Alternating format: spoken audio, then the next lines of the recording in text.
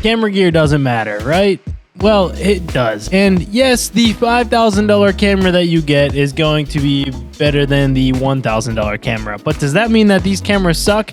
Absolutely not. We're in a day and age where we're kind of lucky that every single camera that these big companies are releasing is very good. That makes it easy to pick a couple of cameras under $1,000 that you can buy. So with this video, since the $1,000 budget goes pretty quickly, we're going to talk 3 different options that you have. We're going to do Canon, Sony, and then Refurbished. Option 1, Canon.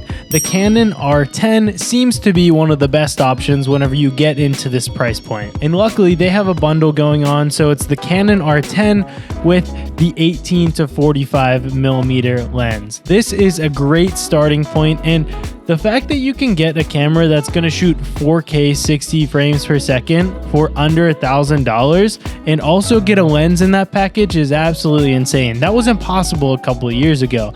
And 4K 60 means that you can shoot slow-mo in 4K then. So if you can shoot 4K in slow-mo and shoot in real time, so shoot your interviews, whatever that be, this is going to be a beast of a camera. And in the photography world, it's going to be very good as well. With the 24 megapixel photos, you cannot go wrong. That bundle is $999, so talk about cutting it close. But you do have that one more dollar, so go treat yourself today. That was good.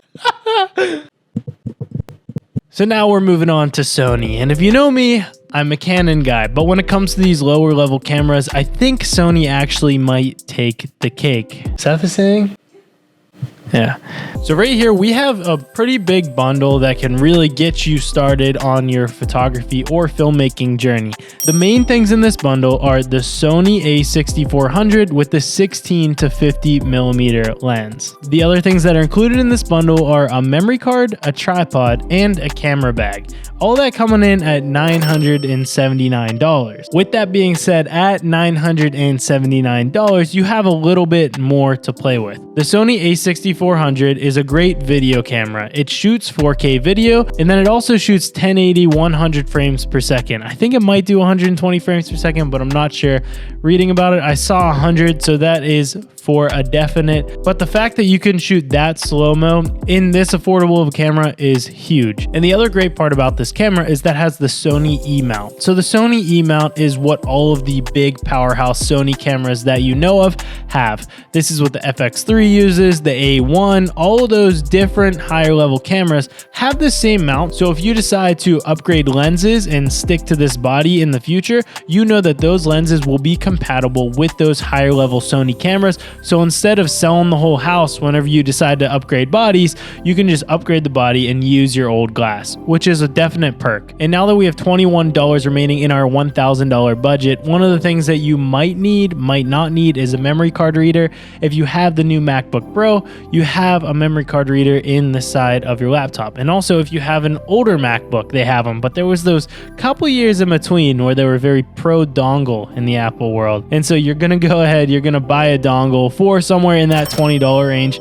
You can get a cheap one. Amazon Basics has them. Get that USB-C to SD card converter so that you can get your photos onto your laptop and begin editing them. If you don't have a laptop, you can actually get one that goes into your phone and start editing on Lightroom Mobile. Apple has really made it easy in these newer iPhones where you can import from an SD card, go into Lightroom Mobile, and edit these photos professionally. Video, you're probably gonna need a computer, but photo, if that's all you're looking to do, it's not gonna be that hard, and you don't have to worry about buying a laptop at this moment. And with that, you also have $1 remaining, so go treat yourself once again if you decide to go with option 2. With option 3, we're gonna talk refurbished cameras. Now, some people will like this, some people will not, but I do think it's a good avenue to go down whenever you're buying your first camera gear because you don't have that much money. And an easy way to save on a nice camera is to just go ahead and get a used or refurbished one.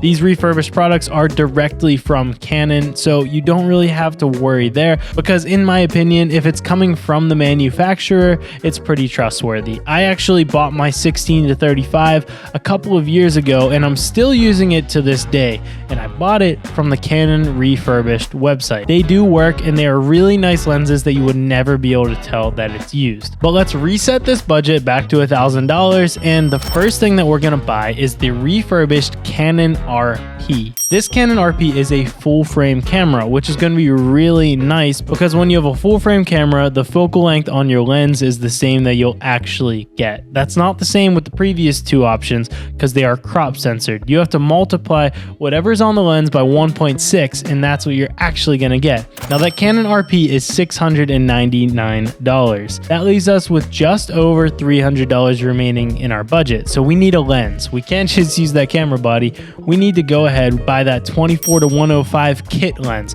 We can't quite afford the f4 with the fixed aperture, but we can afford the one with the variable aperture. Once again, refurbished from the Canon website, we're gonna get this 24-105 that comes in at $239. This lens with your full frame camera is going to be a great starting option, and in my opinion, this is the one that I would probably get if I was picking from these three options. They're all good, but this is the one that if I was starting from scratch and was told I could only spend $1,000 on a new kit, this is what I would go with. That was good. With the remaining budget that we have now, we need to buy a memory card. So we're gonna buy this SanDisk 64 gig memory card for about $15. And now we're gonna specify for you specifically. If you're looking for photo gear, we're gonna go ahead, we're gonna buy a tripod. This tripod is going to be great because it has the ball head and it actually is very comparable to the one that I'm using right now, but for a fraction of the price. So buy this tripod for $45 if you're trying to get into photo, but if you're trying to get into video, you want to start worrying about audio. So for my video people, let's buy the Rode Video Micro, used once again, this time from Adorama, and it's coming in at $29. Both of those leave us under $1,000, but you have to pick between one of the two. Whatever feels right for you. But photographers will need that tripod because if they want to do long exposure or shoot these landscapes, you need a tripod. And for the video people, you're gonna want a microphone because if you need anything with anybody talking, this microphone is going to be a great base level option for you to start at. Those are the three options that I would say are best for you to start at whenever you have a $1,000 budget. But let's not forget about the phone in our pocket because the current iPhone is very comparable to these cameras. I'm pro camera, so I'm always going to have a camera instead of my phone. But when you're starting out learning compositions, the phone is a great option. You can't really learn settings or things like that, and that's where these cameras are going to come in because you can start to shoot manual and get these specific looks. But do not let this gear hold you back if you're trying to save up for that $1,000. And it's worth mentioning, I left the links down below, so it'll make your life very easy if you want to go ahead and buy this gear right after you watch this video. I hope you enjoyed. Please subscribe if you want to learn more about photography and how to actually use this gear moving forward. That's what I teach over here. I'm trying to help the people that are trying to get to a point of being a professional. I've become a professional and now I want to help you. So I'll see you soon. All right, cool.